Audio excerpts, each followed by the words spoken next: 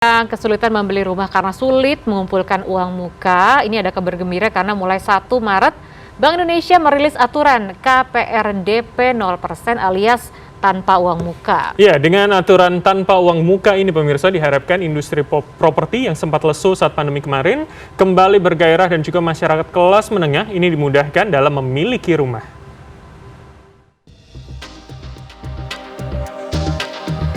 Pemerintah terus mencari cara untuk menggairahkan perekonomian di tengah pandemi. Salah satunya menerbitkan kebijakan down payment atau uang muka kredit kepemilikan rumah (KPR) sebesar 0%. Bank Indonesia menjelaskan skemanya, mulai 1 Maret hingga 31 Desember 2021, masyarakat yang mengambil KPR untuk semua jenis properti bisa menikmati uang muka hingga 0%. Baik rukan, rumah tapak, maupun rumah susun, dengan tipe kurang dari 21, tipe 21 sampai tipe 70, dan tipe 70 ke atas. Hal itu tak hanya untuk pembelian rumah pertama, tetapi juga berlaku bagi rumah kedua, ketiga, dan seterusnya.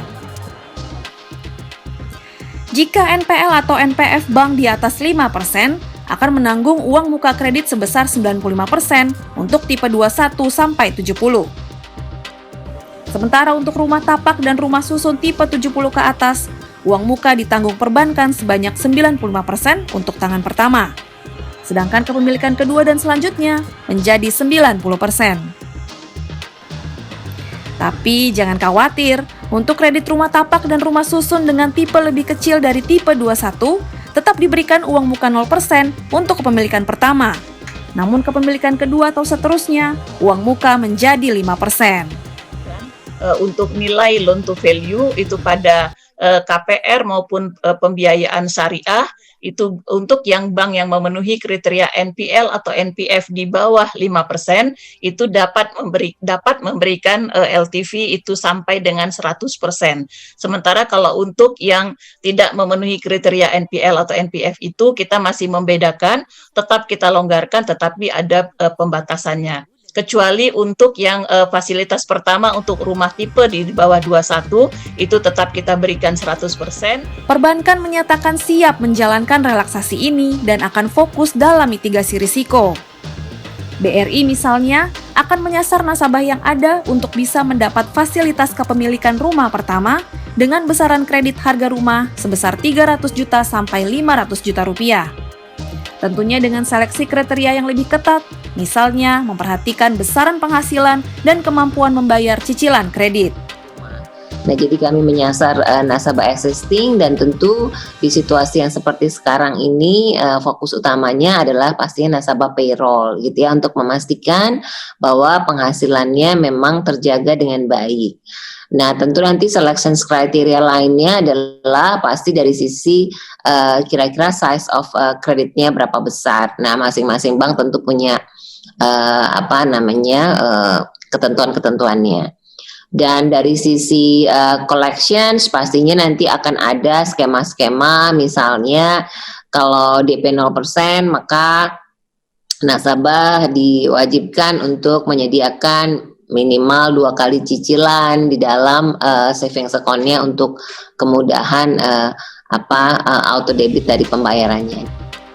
Namun, pengamat properti menyayangkan jika nantinya relaksasi ini hanya dinikmati oleh masyarakat pekerja formal. Sebab perbankan biasanya akan melihat profil nasabah yang memiliki penghasilan tetap untuk menghindari risiko gagal bayar. Sehingga kebijakan ini dianggap kurang berpihak kepada sektor informal. Kebijakan DP 0% ini juga perlu diwaspadai dari manipulasi, agar terhindar dari potensi bubble properti seperti yang terjadi pada krisis subprime mortgage 2009 lalu. Nah, ini yang mesti kita diskusikan bersama nih. Ya kan, kalau misalnya dia pedagang, jangan terus kemudian dia dihukum dengan harus bayar bunga lebih karena faktor resiko tersebut gitu. Ya disamain aja gitu. Karena kalau enggak, ya akhirnya yang mendapat benefit ini hanya sepersekian subset dari masyarakat, which is adalah orang yang mempunyai pekerjaan yang formal. Itu yang menjadi sangat sensitif terhadap policy ini. Rencana program uang muka 0% ini mengingatkan kita pada kebijakan DP 0 rupiah milik Gubernur DKI Jakarta Anies Baswedan. Semoga program DP 0% milik pemerintah pusat ini bisa berjalan dan mendorong konsumsi dari kelas menengah. Desi Aritonang, Endra Rizaldi, Jakarta.